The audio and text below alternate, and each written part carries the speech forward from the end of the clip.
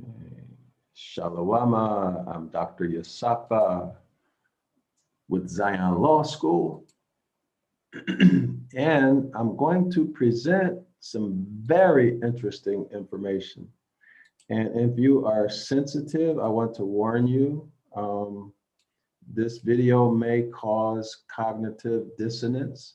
So if you are the sensitive type of person, this is not the video for you. So as we did before, let's look this term up, cognitive dissonance. I don't want anyone to be uncomfortable about anything we go over. So we'll just go over a brief meaning of what this concept of cognitive dissonance means, okay? Let's see. All right, so I blew it up. Let me make sure everything is okay with my microphone and everything else. All right, so if you are not able to hear me, could you please put something in the chat? Let me know. Actually, if you cannot hear me, if you can hear me rather, if you can, put the number 1 in the chat, please. The number 1 in the chat, and let me know that you can hear me. And so I'm going to go ahead and get started with the video. Now, you'll notice the topic of the video. The topic of the video. Take a look at the topic of the video. In this video, we're going to cover the fact that the Second Temple rebuild, that is when allegedly when Cyrus sent our ancestors allegedly to Judea after Babylonian captivity, they rebuilt the temple. They went back to Israel and rebuilt the temple. I'm going to show you some information to show that that is a lie, okay? And at least according to the contract, all right? So first, let's go to our first bit of evidence. And this is the Israel Ministry of Foreign Affairs. Everybody see that? Look at the cursor. This is the Israel Ministry of Foreign Affairs. So now this is on the history page. It says Second Temple period, return to Zion, okay? Return to Zion. So now let's begin. Let me increase this for those who may not be able to see the text. Give me 1 second, y'all. Let me check to see if there's anything in the chat. So I don't want to go into the live stream and then, can someone put in the chat, please, the number 1 if you can hear me before I get into this and then realize that nobody can hear me? Because usually I have technical, usually my microphone either is muted or my screen will go away. So y'all keep me informed, okay, as I present. So that way I can constantly come back and check to make sure. Shalom, Barbara, is my microphone working? Can you hear me? And also okay, so there's 5 people watching. There's 3 likes. So can y'all, the other 2 people, okay, thank you, Barbara, I appreciate that. So we'll go ahead and get into the video. So there are 3 likes, 2 people didn't like it. So can y'all like it, please? And also subscribe and then share it out. This is really important information I'm about to go over right now, okay? Really, really important information I'm about to go over. All right, so let's get into it. I'm glad you feel better, Barbara. So I'm going to share my screen. We'll go back to, all right. So here we are. So let's get oriented. So this is the Israel Ministry of Foreign Affairs, okay? This is the history, Second Temple period, return to Zion or return to Israel. Look at the faces here. Take a look at these faces on this artifact, okay? These are the faces. So y'all take a look at that. Go back and rewind it when you get a chance, all right? The Manoah on the Ark of Titus, Rome. All right, so let's read this, okay? We'll go through it briefly. Persian and Hellenistic periods, 538 to 142 BCE.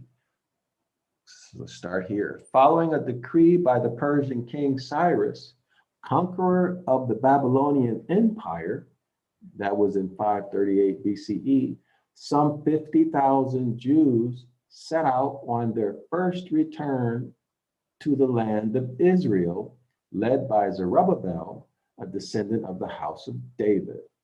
Less than a century later, the second return was led by Ezra the scribe.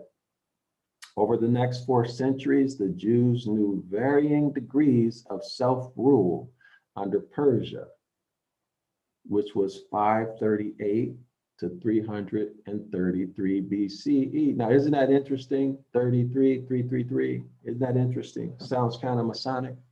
And later Hellenistic, Ptolemy and Seleucid overlordship from 332 to 142 BCE. I'm going to show you that this is not true. The repatriation of the Jews under Ezra's inspired leadership, construction of the second temple on the site of the first temple, refortification of the walls of Jerusalem, and establishment of the Insect or Nicene Haggadah, which is the Great Assembly, as the supreme religious and judicial body of the Jewish people, marked the beginning of the Second Temple period. Within the confines of the Persian Empire, Judah was a nation whose leadership was entrusted to the high priest and council of elders in Jerusalem. All right, so now let's continue. As part of the ancient world conquered by Alexander the Greeks in 332 BC, the land remained a Jewish theocracy under Syrian-based Seleucid rulers. When the Jews were prohibited to practice Judaism and their temple was desecrated as part of an effort to impose Greek-oriented culture and customs on the entire populations, the Jews rose in revolt in 166 BCE. All right. So now let's get into why this is impossible according to scripture. Okay, I'm gonna unshare the screen and check the chat to make sure. Okay, so y'all can still hear me. All right. Okay, good. So let me go back in and I'm gonna share the screen again and we'll continue. Okay, just give me one moment. Let me get this together. All right. So hold on, y'all. Let me share the screen. So now I'm going to show you from scripture. I'm going to show from scripture why this is not true. Okay. So hold on. It's an impossibility, but I'm not going to do the talking. Oh, by the way, let me go through this cognitive dissonance first. I don't remember if I did this. I'm into my 3rd day of a water fast, and this is my first time ever doing this fast, and I'm in the 3rd day, so I'm not fully, I don't know how to say it, and it's 2:15 in the morning where I'm at. Okay, so cognitive dissonance refers to a situation involving conflicting attitudes, beliefs. So this would be in the context of what we're talking about, what you learned at church, what you learned in the synagogue or in the mosque, right? Cognitive dissonance refers to a situation involving conflicting attitudes, beliefs, or behaviors.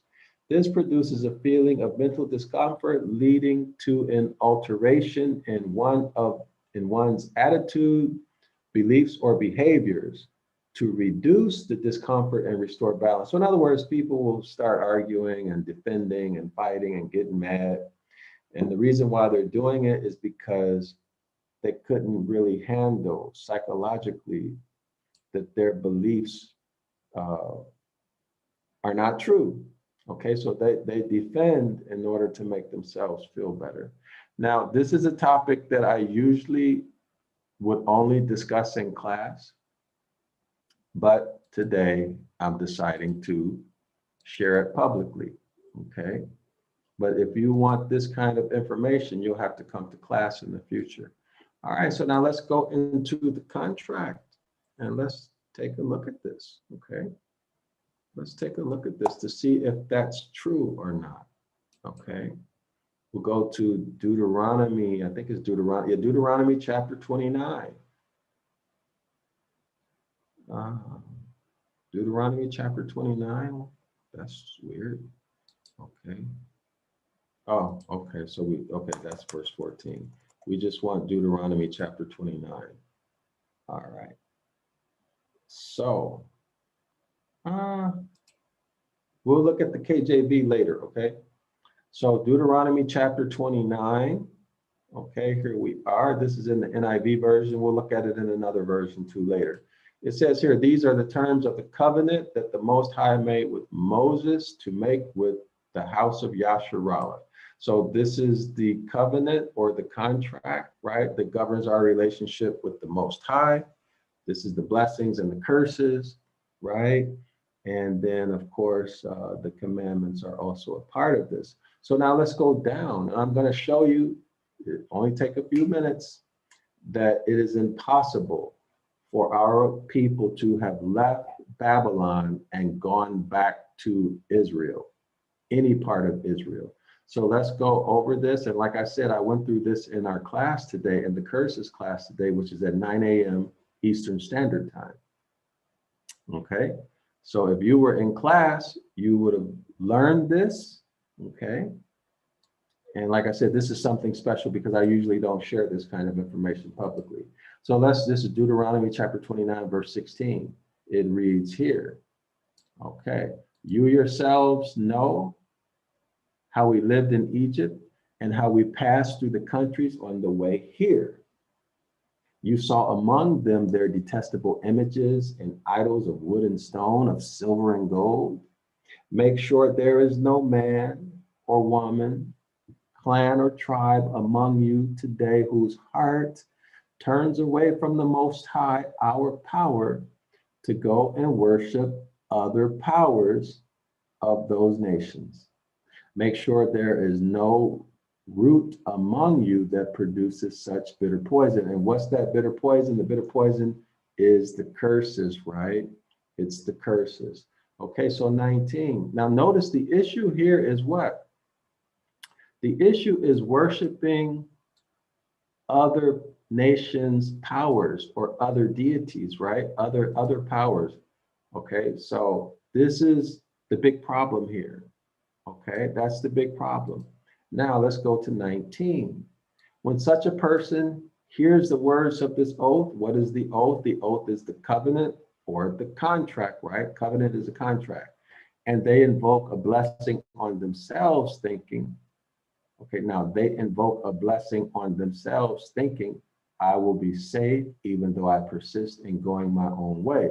So in other words, they're going to ignore the covenant, right? They've heard about it. They're going to ignore it. Remember what's the issue here? Worshiping these other deities. Worship is performing service or giving what? Reverence or great respect. Okay, so they'll hear all of this stuff and then they'll ignore it and say, hey, I'm going to be safe. I'll be all right. Okay, notice what it says here. They will bring disaster on the watered land as well as the dry. Well, this is one of the curses. You come to class, I'll show you exactly where that is one of the curses. Verse 20, the Most High will never be willing to forgive them. Now, what does never mean? We do this all the time in our curses course and all of our courses. The meaning of never, let's go over it again. All right, so never, it's an adverb. Here's the meaning: at no time in the past or future, on no occasion, not ever, and then not at all. So that says that the Most High will never be willing to forgive them, right?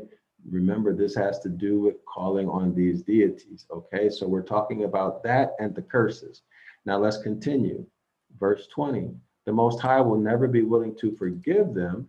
His wrath and zeal, notice this word, will burn against them. Notice all. What does all mean? Let's go and look it up. We always have to work with precise meanings. All. All. Okay, here we are. Okay, here it is. Used to refer to the whole quantity or extent of a particular group or thing. So do y'all see that? That means all the curses, the whole quantity of the curses, right? Every single, each and every total, full. See, you get the full, all right? It'll be perfected, meaning all, what? Maximum, entire, okay? In its entirety. So let's go back to the document. So instead of saying all here, we can say what? We can say the maximum or the entire, the complete, every single, right? Total. All right, so all the curses written in this book will fall on them. So that means there's no curse that is excluded. All will be hit with them all. Okay, and the Most High will blot their name out from under heaven. 21. The Most High will single them out from all the tribes of Yasharallah for disaster, according to, again, all the curses of the contract written in this book of the law. So here we are, the book of the law contains the curses. Now, let's get into it. I'm going to show you that this is an impossibility, okay? Following a decree by the Persian king Cyrus, conqueror of the Babylonian Empire, some 50,000 Jews set out on the return to the land of Israel. This is impossible. Now, I'm going to show why. Please pay close attention. Verse 22. It continues to read, your children who follow you in later generations and foreigners who come from distant lands will see, they will see the calamities that have fallen on the land and the diseases with which the Most High has afflicted it. So now let's look at calamities, okay? Now we're talking about land, not people. Land, not people. Calamities. Let's get the meaning of calamity. Calamity, an event causing great and often sudden damage or distress, a disaster or a disaster, catastrophe, tragedy, cataclysm. So let's just look up a crisis. Let's look up just a few of these, okay? So let's look up catastrophe. Catastrophe, an event causing great and often sudden damage or destruction. Okay, all right. Now let's look up okay, so I went too far. All right, disaster. Okay, a sudden event, see, a sudden event, sudden, not something that takes 50 years. Sudden would be immediate, right? Matter of fact, let's look that up. Okay, a sudden event such as an accident or what? Natural catastrophe that causes great damage or loss of life. I'm sorry, y'all. I'm on this fast and my speech is kind of not right. Sudden onset of disaster. Let's see. What is sudden disaster? A sudden onset disaster is one triggered by a hazardous event that emerges quickly or unexpectedly. Okay, so see, this is not something that's taking years or even months or even weeks. It happens suddenly.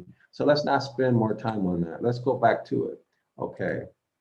All right, who come to distant lands will see the calamities that have befallen the land and the diseases. So diseases is what? We're talking about land. This would be the sick things with the land, right? All right, that the Most High has afflicted the land with. Okay, now verse 23, here we are. Read along with me, pay close attention. The whole land, now how much is whole? How much is whole? Let's get a precise meaning. What does whole mean? So that there is no question about this.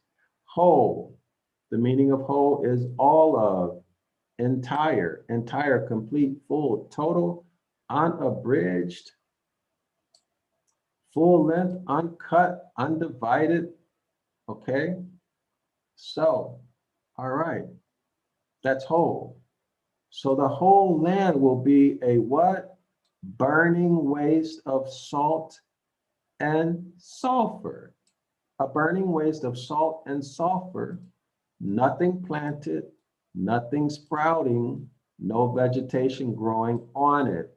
Notice this, it will be like the destruction of Sodom and Gomorrah. Admah and Zeboim, which the Most High overthrew in his fierce anger. Okay, so now what does that mean? It will be like Sodom and Gomorrah. So let's start there. Now remember, it's a burning waste of salt and sulfur. So can plant life grow? Can anything grow in a land that's burning? It's a waste of salt and sulfur. Can plants grow there? What is the soil gonna look like? All right, so now let's just see Sodom and Gomorrah. Is Sodom and Gomorrah inhabited? All right, so when the Most High did this to Sodom and Gomorrah, these are just some artist images, right? Of Sodom and Gomorrah. The whole land was wasted, right? You couldn't do anything with it. Okay, and this verses that we just read says that when our ancestors got kicked out due to the curses, right, the land would be what? Verse 23, the whole land will be a burning waste of salt and sulfur. Nothing planted, nothing sprouting, no vegetation growing on it. The land would be uninhabitable. No one can grow food there, so how would they be able to feed themselves? Okay, it's impossible to feed yourself, so how are you going to return there? Okay, now it says it will be a waste of salt. Here's the question. Can you grow food in salty soil? Can you grow plants in salty soil? No, you cannot. Okay, it's a burning waste. As a matter of fact, let's look up waste and get the meaning of waste. All right, let's get the meaning of waste. All right, so waste, it's a verb and an adjective. So as a verb, it means use or expend carelessly, extravagantly, or to no purpose. Okay, so that's not what we would. So to, of a person or part of the body become progressively weaker and emaciated. So that's not, so adjective, this is what we want. Of a material, substance, or byproduct, eliminated or discarded as what? No longer useful. So that means that the ability of the soil to produce plant life would be removed. It would be absent. Okay, it is no longer useful or required after the completion of the project. Okay, so similar words would be unwanted, excess, leftover, so on and so forth. Now, two, of an area of land, typically in a city or town, not used, cultivated, or built on. Okay, a patch of waste ground. Oh, here we go, barren. See, barren, desert. See, this is a wasteland, right? A desert is a wasteland. Barren, no vegetation grows in the desert, right? unproductive, infertile, unfruitful. So you can't desolate. Okay, you can't plant anything and nothing's gonna grow if you did plant it, right? Okay. Okay, so let's go back. Let's go back. The whole land, that means Judea and every land allotment of every tribe would be a total waste. You can't grow anything there, and it would be what? Burning. All right, it would be burning, a burning waste of salt and sulfur. I'm curious. I don't know what I'll find. Let's see. Okay, let's see. Can you grow plants in salt?